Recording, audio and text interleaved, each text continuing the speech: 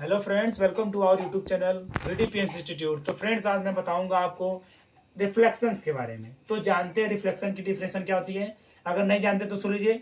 The bouncing back of light in a same medium is called reflection. प्रकाश का किसी सतह से टकराना और पुनः उसी माध्यम में वापस आना, ही क्या है? प्रकाश का परावर्तन होता है।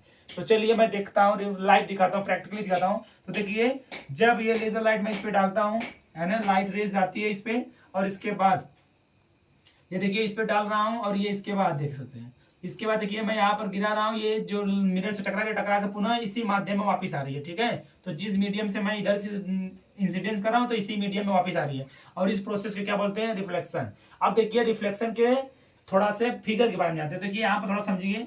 अब देखिए इसमें क्या क्या है, तो आप समझ लीजिए थोड़ा सा। ये जो मैं ये इंसिडेंट कर रहा हूँ लेजर लाइट की, ये जो रे निकल जा रही इधर, इंसिडेंट हो रही, जो गिर रही है, स्ट्राइक हो रही मिरर पे, ये वाली रे, इसे क्या बोलेंगे? इंसिडेंट रे, यानी आपतित किरण। और देखिए जिस मिरर के जिस पॉइंट पे गिरती है, जिस पॉइंट पे गिरे, इस पॉइंट को क्या बोलेंगे? इंसिडेंट पॉइंट बोलते हैं। और देखिए आफ्टर रिफ्लेक्शन, जो रिफ्लेक्शन के बाद जो रे मिलती है, ये वाली रे जो गई इधर, जो रे ये वाली जा रही है, उसे क्या बोलते हैं? Reflected ray. यानी जो रे मिरर पे इंसिडेंट होती है, गिरती है, उसे बोलते हैं इंसिडेंट रे। और जिस पॉइंट पे गिरती है उसे बोलते हैं इंसिडेंट पॉइंट। और रिफ्लेक्शन के बाद जो रे मिलती है वो क्या होगा? रिफ्लेक्टेड रे, यानी परावर्तित किरण। अब देखिए अगर मैं यहाँ पे बात करूं, मैं ये इंसिडेंट रे और रिफ्लेक्टेड रे के बीच में एक परपेंडिकुलर यानी वर्टिकल लाइन ड्रा करूं, तो क्या हो जाएगा? नॉर्मल। क्या बोलते हैं उसे? नॉर्मल बोलते हैं। तो नॉर्मल देखिए हो जाएगा ये। अगर मैं इसके इंसिडेंट रे और रिफ्लेक्टेड रे के बीच में क्या करूं, एक ड्रा करूं वर्टिकल लाइन, तो हो जाएगा नॉर्मल। और नॉर्मल और इंसिडेंट रे के बीच में एक एंगल बनता है, एंगल ऑफ इंसिडेंस। और नॉर्मल और रिफ्लेक्टेड रे के बीच में भी एक एंगल बनता है, एंगल ऑफ रिफ्लेक्शन, यानी एंगल आर।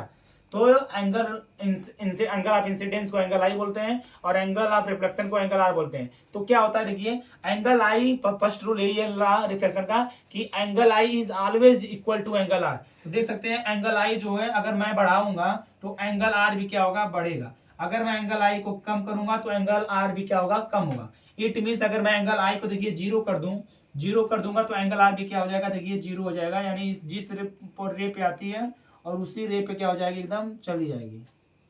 तो देख सकते हैं इसमें एंगल आई जीरो है, तो एंगल आर भी क्या हो जाएगा? एंगल आर भी क्या हो जाएगा? जीरो हो जाएगा। ठीक है, तो देख सकते हैं एंगल आई को जीरो करने पर, तो जिस रास्ते से जाएगी उसी रास्ते से निकल आएगी। ठीक है, इस तरह से।